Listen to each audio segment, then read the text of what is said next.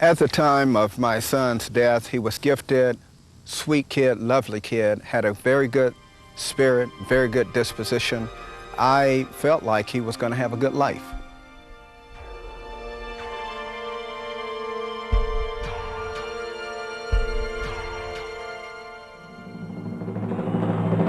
We had played the third game of the week. And if you ever saw my son play, he was a warrior. Under the boards, he was fearsome. And he would battle you tooth and nail, and he would give his very best effort in the sports. And so it goes without saying that after engaging in his sports, he would walk away from the game tired. Warren was 17 years of age at the time of his death. He died in a car wreck, died instantly. He was not an experienced driver, and his loss is one that we will suffer the rest of our lives.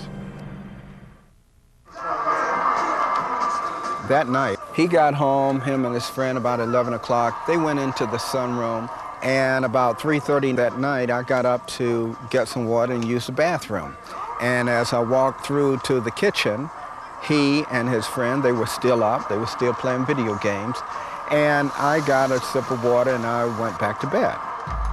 He had gone to bed after 3:39, but yet he had arisen before 7 o'clock, and in as much as he didn't get very much sleep, so he was tired.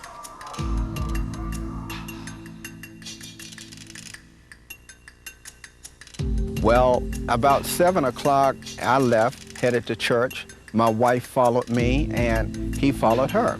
He hung through church service, and after church service was over, I got a glimpse of him coming down out of the choir stand out of the corner of my eye, where he was coming down into the sanctuary to be served communion. And I didn't realize it at the time, but that would be the last time that I would see him alive.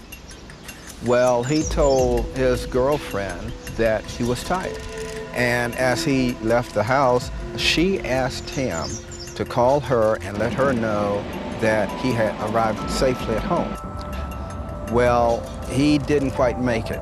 10 minutes after leaving her home, he had slammed into a tree where he died upon impact.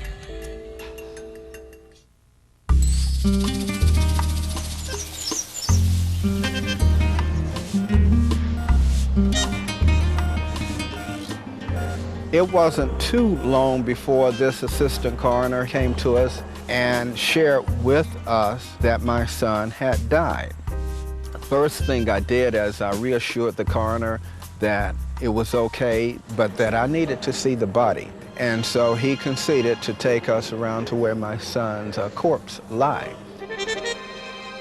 And he opened the door, and as he did, I looked in over his shoulder, and on the table, I saw my son's body, and I saw all the massive injuries that he had suffered.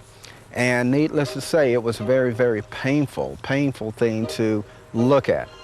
And for whatever reason, I just simply said, Warren, I am so sorry that you suffered through what you did. I don't think I've said this to anyone before, but in those trying days right after my son died, very much in pain, very much hurting, my son, believe it or not, came and visited with me for a moment here in the backyard. Out of nowhere, I got a glimpse of him coming out of the corner of my eye, and he walked right up to me. And I looked at him, and he looked at me, and he came and gave me a hug. And I gotta tell you that that was a way of the Almighty allowing me to know that my son is okay. I have two wonderful grandchildren. And so invariably every year we have choices to make. We have the choice, do we want to live in the past or do we want to live in the future? We have the choice, do we want to dwell on death or do we want to dwell on life? And what my family is doing is we're choosing to live in the future. And we love my son, he'll always be with us and we'll mourn his loss, but at the same time, we're going to celebrate life.